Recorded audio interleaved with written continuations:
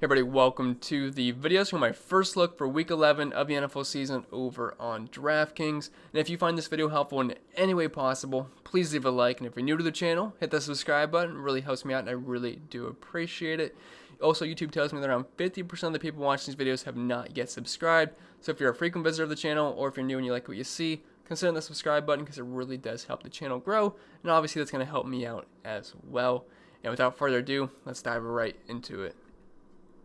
And as always, we'll start with the quarterback position, and I gotta say, it's a bit of a odd position this week. I'm kind of leaning towards going mid-range or spending down because the spend-up quarterbacks just really aren't there this week. Lamar Jackson is our highest-priced quarterback. I believe he's 72 or 7,300 versus the Tennessee Titans, and he hasn't really been playing all that well this year. Kyler Murray is kind of the new Lamar Jackson. Like last season, didn't really matter what Lamar Jackson's price was because he always had that 100-plus rushing yard upside, and he was just going off each and every single week. It's why he won the MVP. This year, it's a bit of a different story. He definitely has been struggling, and if you take him out of the equation, we're talking about guys like Justin Herbert and Ben Roethlisberger, which no disrespect to those guys, they are fine quarterbacks, obviously, but they don't offer us that rushing upside. Like, they can have 4 or 5 passing touchdown games, for sure.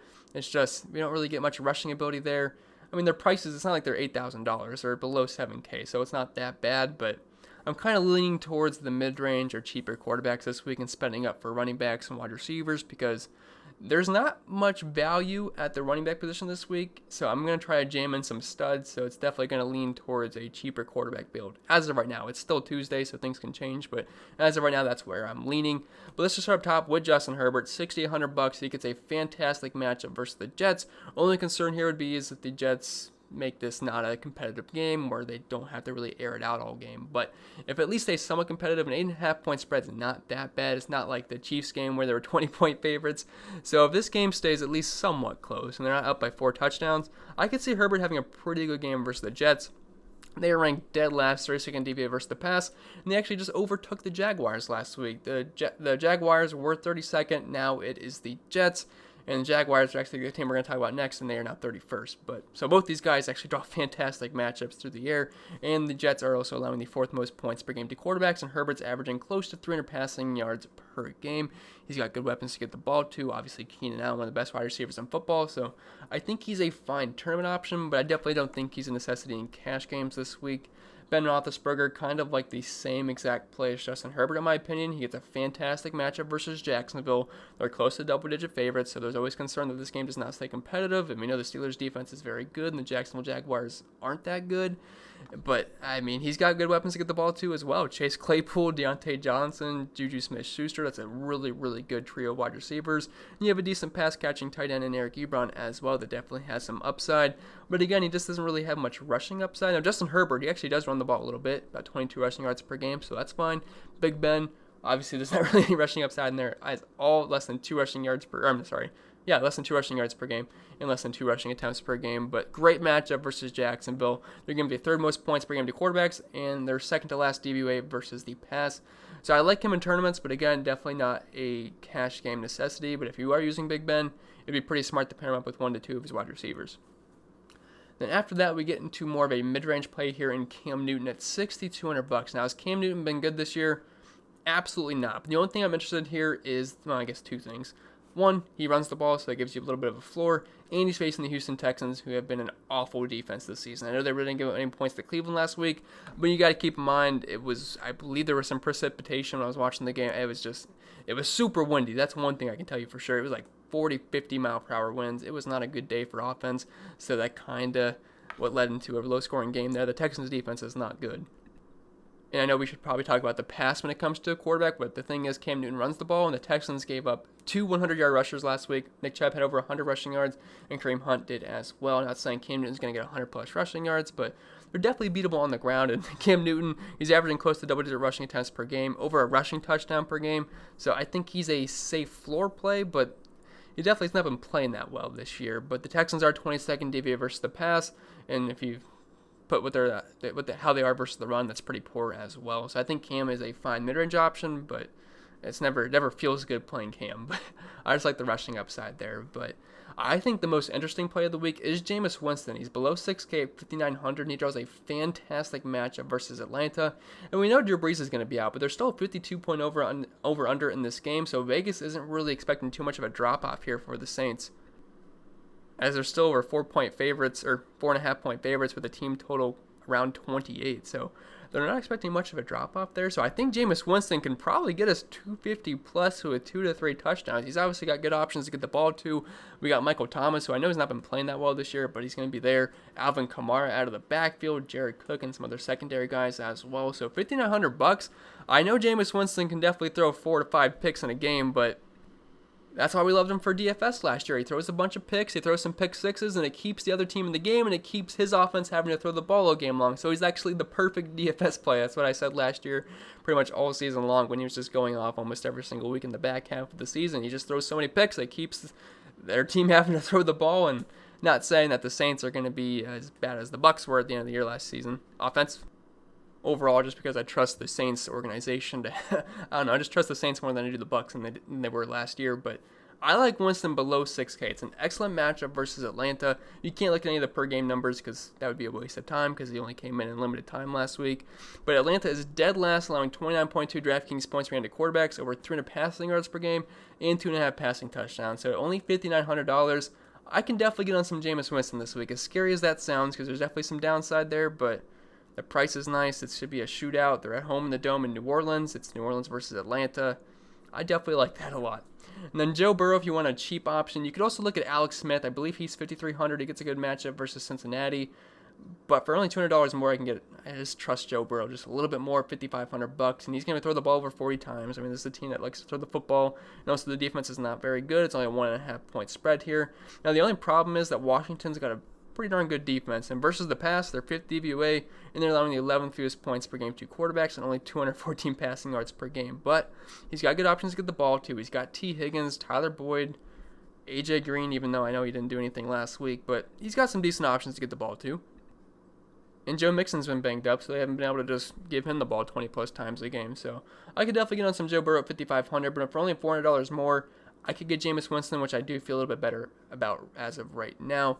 That's kind of it for the quarterbacks. So move on to the running back position, which is really just, it's kind of non-existent this week. I think there's like 4 guys that are in play for me, and 2 of them are above $9,000. That's what I'm kind of saying. It's a spend down for quarterback kind of week, in my opinion, as of right now. But we'll start up top with Alvin Kumar at $9,200. Didn't really do anything on the ground last week, but he scored 3 touchdowns, and we know the damage he does through the air each and every single week. Now, I know he's not going to have those Drew Brees dump-offs this week, but I think Jameis Winston, or at least I'm hoping, is smart enough to get Alvin Kamara the ball through the air. And if he is, Kamara should have a really strong game here versus Atlanta. Now, overall, Atlanta has not been that bad versus the run this year. 7th DVOA, and they're allowing the 6th fewest points per game to running backs. But the thing is, Alvin Kamara is pretty much a wide receiver. Whatever he does on the ground is just an added bonus, but I like playing him as a wide receiver, and it's nice because you kind of get RB2 numbers with the wide receiver 1 numbers with him. And the thing is, Atlanta always gives up numbers to pass-catching running backs. That's been a thing for several seasons now. Close to 6 catches per game, nearly half a receiving touchdown per game, and over 40 receiving yards per game to running backs. And Alvin Kamara, the numbers for him as a wide receiver: 26% target share, close to 27%, 42% weighted opportunity share, close to 9 targets per game, close to 75 receiving yards per game. There's nothing not to like about Alvin Kamara besides the price tag, but the way this week works out, it might be worth it just to spend all the way up for Alvin Kamara and Dalvin Cook, just because the running back position outside of guys like Miles Sanders and DeAndre Swift, it's not that strong. Duke Johnson's cheap again, but that certainly didn't work out last week versus the Cleveland Browns. And I guess we'll have to wait and see on David Johnson's status. But outside of these 4 guys, there's nothing I really like. I mean, there's some other guys you can use in tournaments, like James Conner, because he's got a good matchup versus Jacksonville. But do you really want to trust James Conner this week? Because I certainly don't. But anyway, Alvin Kamara, I do think he's a good play. He just comes with a massive price tag. But the guy loves scoring touchdowns, and he gives you a super safe floor every single week because of his involvement in the passing game. Although I know changing quarterbacks could switch that up a little bit, but I don't think it's going to be anything too drastic. Then Dalvin Cook, $9,000. He did struggle last night versus the Bears, but hey, he gets a really good matchup here versus Dallas, and he's been crushing good matchups this season. We saw versus Detroit and Green Bay, the bottom 2 teams versus the run this year, fantasy points allowed per game wise, and he had close to 100 points combined versus them. So versus Dallas, I assume he's going to have a pretty good game here. They're 8.5-point favorites at home, which always sets up well for a running back, and the volume's going to be there every single week. Should get around 25 touches, if not more. Depends on how the game flow is going to go. But Dallas is 28 DB versus the run. Only on the 15 fewest points per game to running backs, but still close to 130 rushing yards per game. So Dalvin Cook, I would expect probably a big bounce back game this week. So I can definitely get on Dalvin Cook. If I had to pick between Cook or Alvin Kamara, If you only want to spend up for one, you want to go like Miles Sanders or RB2 and DeAndre Swift in the flex. I get that. I would say probably Dalvin Cook over Kamara just because I guess Kamara's got the QB change, so it could change some things. And Cook should get more volume, but I'm going to really try to skip both these guys in my lineup. I'm not sure how easy that's going to be, but as of right now, it'd be really nice if I could fit both of those guys in. But there's definitely some value wide receivers and tight ends that we can talk about, but it might be able to make it possible. And then Miles Sanders, 6,900. The matchup versus Cleveland, it's not that great. Cleveland's not an awful team versus the run. They've been easier to pass on this season, only allowing 78 rushing yards per game. They're allowing the 12th fewest points per game to running backs, but they are bottom half in the league DVOA-wise versus the run. I'm mostly interested in Miles Sanders just because we know he's going to get volume and he's going to be able to pass the game. About 5 targets per game this season, which is about a 13.5% target share.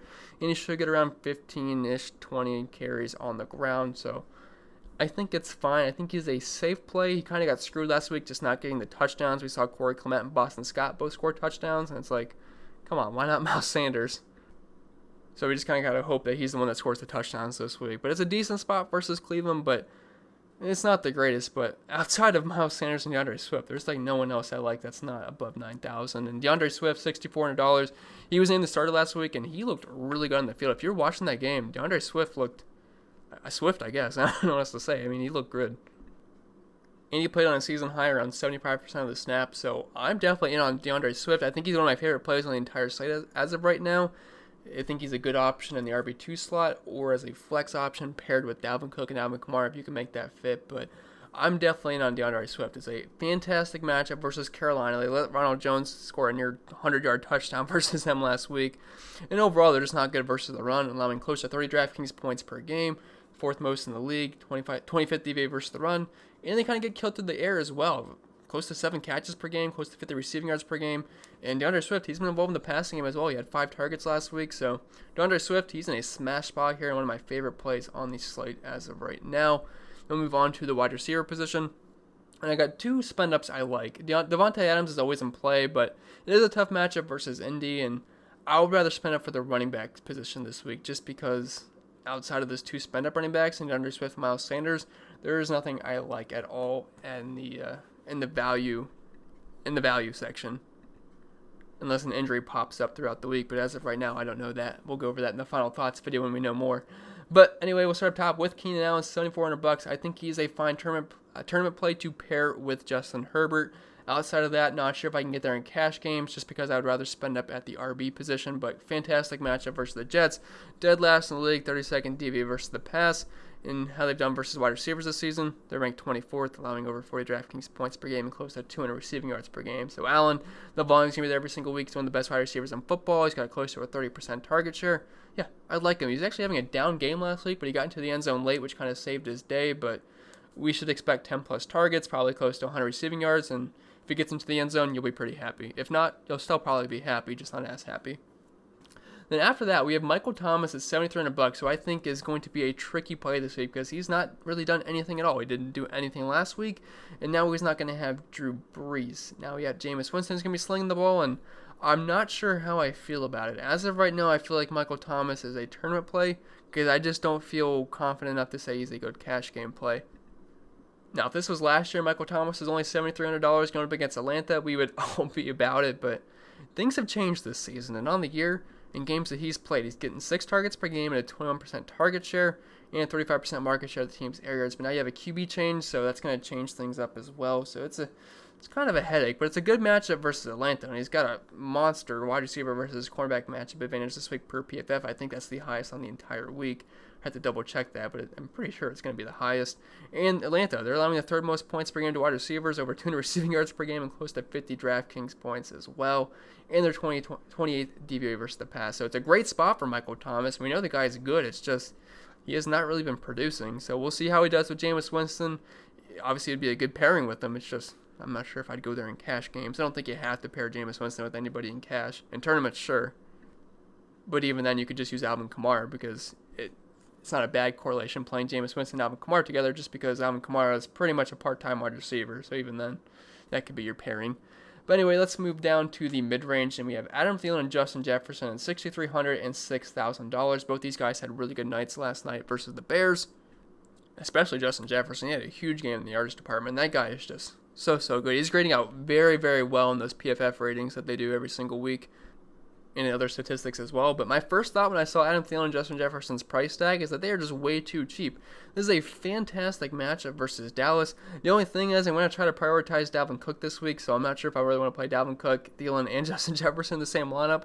So maybe these guys are better suited for tournaments, but I could see all these guys having a good game, so it's not out of the question. But the Cowboys, they're allowing the fourth most points per game to wide receivers, and both Thielen and Jefferson have been having some pretty good seasons. Now, Thielen, he's the guy that's going to get more volume, but even then, both of these guys have big playability. We saw Adam Thielen have an amazing one-handed catch in the end zone last week, or last night, I guess, if you're watching this video on Tuesday. That was fantastic. But Jefferson, he had a good game as well. And on the season, Jefferson's averaging more yards per game. Thielen's only averaging less than 60 receiving yards per game. He does get more targets, though. 27.9% target share compared to Jefferson's 23%. Both have a similar ADOT. I mean, kind of similar numbers. Thielen's been the more targeted guy. But this is an offense that doesn't really like to throw the football much. And I can definitely see them running the ball a ton versus Dallas. I can't imagine they're going to be trailing much in this game, if at all. So I feel like these guys might be better tournament plays, but it's definitely a good matchup. And both of these guys can certainly smash. Definitely have interest in both. And then Robbie Anderson and DJ Moore, I'm going to group these guys together because it's kind of like Thielen and Jefferson where they're on the same team. But they're kind of up in the air right now because we don't know if Teddy Bridgewater is going to play. If Teddy Bridgewater is out, you can pretend these guys aren't even on the list. Just because I don't really want to go into the week trusting P.J. Walker too much. I mean, it's a good spot versus Detroit. They're not that great of a defense. They're 23rd DVA versus the pass, but kind of more so mid-pack versus wide receivers. But if Teddy Bridgewater does play, I like the price tags on both of these guys, and they can certainly be in play. They get volume each and every single week. Both these guys are good. Robbie Anderson close to 9 targets per game. DJ Moore around 7 targets per game. So just got to keep our eyes peeled for some Teddy Bridgewater news. But it sounds like he might be good to go. We might know by Wednesday if he's going to be able to return to practice or not. Deontay Johnson, $5,900. If you want to use Ben Roethlisberger this week, Deontay Johnson would be my favorite pairing with him just because he's the cheapest. And in the games that he doesn't get hurt and leave the game early, he plays pretty darn well. He's got around a 30% target share in the games that he's not left early and just has been fully healthy. So the volume's going to be there. He's got a quarterback that we can trust getting him the football, and Johnson's just a good player. I think he's a pretty darn good wide receiver. It's a good matchup versus the Jaguars. They're 23rd versus wide receivers, so I definitely like Deontay Johnson in tournaments.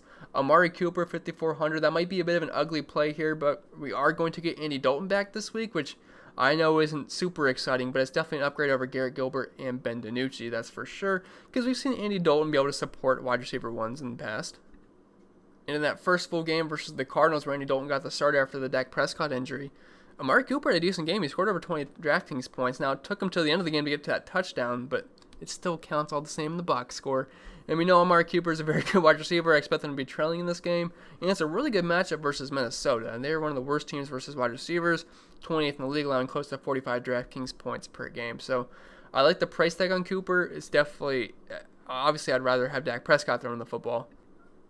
But I can get down for him at $5,400. And after that, if you need some cheap options to fit in those expensive running backs this week, we have AJ Green and Grant here at $3,500. Grant, I really liked him last week. I thought he was a decent value play, and he ended up doing pretty well. Got into the end zone, scored close to 15 points. But I know it doesn't sound great, but he was only $3,000, so you'll definitely take that, especially after how ugly that slate was last week. Like 15 points from a guy that was 3Ks. I mean, you were definitely pretty happy about that. But I do have Green here at $3,600 just because he's going to get a handful of targets. I know he didn't do anything last week, but he's averaging about 7.5 targets per game, 13.9 ADOT. The Bengals tend to get in situations where they have to throw the football. Joe Burrow's been throwing the ball over 40 times per game this season, and he's $3,600. It's not a good, I almost said it's a good matchup versus the Washington football team. It is not a good matchup versus the Washington football team. They've been very stingy versus wide receivers this season. In fact, they're actually allowing the fewest points per game to the position at 27.4 points per game in their 50 VA versus the pass. This is just simply a price play at $3,600 with a little bit of upside. Then Grant, $3,500 with no Preston Williams. I still feel like he's a bit too cheap. He had a handful of targets last week. He's going to be on the field, so I think he's interesting. The matchup versus Denver, it's not great, but it's not terrible. They're kind of mid-pack versus wide receivers, allowing close to 40 DraftKings points per game. I don't love the play, but if you need a cheap wide receiver, I think Grant's fine at $3,500. Then if we move on to the tight end position, not a lot of exciting tight ends on the slate, and the most expensive one actually is Mark Andrews at $4,900, which that might be the lowest priced, most expensive tight end on a slate I've seen in quite some time. And to be honest, I feel like I'm going to go down to this lower 4K range or maybe the mid 3K range this week at tight end position to try to be able to spend up for running backs. But if you do want to spend up, Mark Andrews, he's going to get volume. It's not pretty, but around 6 targets per game, which is fine. It's a decent matchup versus the Tennessee Titans, and they have a team total close to 28 this week, so points should be scored from the Baltimore Ravens. We always have touchdown upside with Mark Andrews averaging over a half a receiving touchdown per game. In the Titans, they're 20th versus tight ends, and they're 25th DVA versus the pass, so it's fine if you want to spend up. I should say spend up because $4,900 is definitely not breaking the bank. TJ Hawkinson, $4,200. He gets similar volume every single week like Mark Andrews, close to 6 targets per game. Same exact touchdowns on the season, slightly less target share, but he's just a fine option. It's a good matchup versus Carolina here. They're 22nd versus tight ends, but it's nothing I'm going to really get too excited about. Austin Hooper, Dallas Goddard, they're in the same game, just different teams. Hooper was very disappointing last week in his return. He only had 2 targets, caught one of them for, I want to say, was it 12 yards? Not impressive at all, but you got to keep in mind it was super windy in the game, and Baker Mayfield and the Browns just didn't really have to throw the ball. They had so much success on the ground. Both their running backs over 100 rushing yards, so I'll just kind of throw that game away, and I think he should have a better game here versus the Philadelphia Eagles, unless it's going to be windy again. It's only Tuesday, so I can't know for sure, but if it's going to be super windy again, I guess we can be out on Austin Hooper, but it's a good matchup as a tight end versus the Eagles. They're 29th versus the position, allowing 15.8 DraftKings points per game and over half a receiving touchdown, so Hooper's fine for the price tag because before that game last week, the previous few weeks before he got hurt or had the appendix surgery or whatever, he had close to a 25% target share in those games, so he should be involved, but we'll see. That last week was definitely a little bit concerning. Dallas Goddard, $3,800. So Zach Ertz, he was eligible to come back, but I just read a recent report that that sounds like the Eagles are going to be planning to play without him, which means Dallas Goddard is going to be the main tight end below 4K. I know he didn't really have a great game last week, but he's even cheaper now, and Cleveland has not been that good versus the tight end position. And we know he's a good tight end. He just did not have a good week last week, but I could see him bouncing back here versus the Browns. They're 22nd versus tight ends, and I think he's just a solid play below 4K because we know Carson Wentz likes getting the ball to the tight end position. Logan Thomas, he found the end zone last week, and it's a really soft matchup versus Cincinnati. They've actually been one of the worst teams in the league versus tight ends. Second worst fantasy points-wise, allowing 16.4 DraftKings points per game, 64 receiving yards per game as well. So Thomas is fine at $3,300.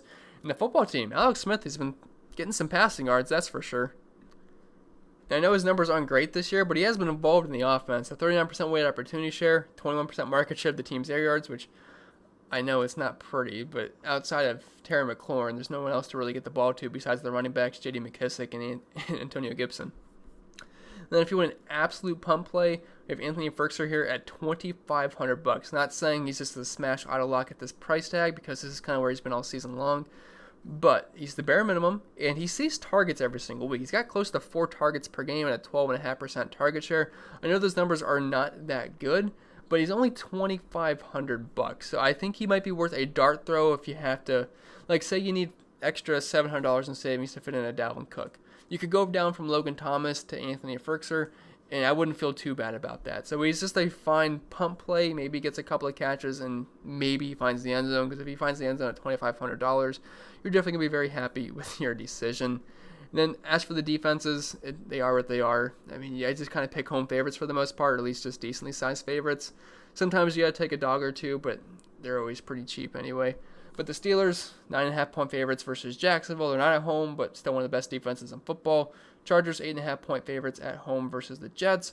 Vikings, 8.5-point favorites at home versus Dallas. Andy Dalton's certainly capable of turning the ball over quite a few times. And the Browns are 3.5-point favorites at home versus Philly. We know Carson Wentz is not the perfect quarterback, so we could get some turnovers and some sacks there. And the Bengals, I feel like they might be the chalky, cheap defense of the week. They're not favorites here, and they're on the road versus Washington. But I'm not that scared of their offense. And I know the Bengals defense is just not very good, but they're only $2,300, only 1.5-point dogs, and a team total of 24 against them, which isn't that bad. So for the price tag, they're fine if you want to fit in some studs at the RB or wide receiver position this week. And as for that, I think that's going to be it for the video, guys. So I hope it was helpful. If it was, make sure to leave a like. And if you're new to the channel, hit that subscribe button. It really helps me out, and I really do appreciate it. You're going to follow me over on social media. I'm at ChrisPennell16 on Twitter, CPenn16 over on IG. And if you want to support the channel over on Patreon, link is down below for that. You can get access into the entire NFL DFS data sheet. I do show you guys a preview of it, every single first look on final thoughts video. But if you want the entire thing in my Discord chat, the cheat sheet with notes and projections, Link is down below for that. And I'm going to get out of here, guys. Hope you guys have a fantastic rest of the week, and I'll see you guys in the next one.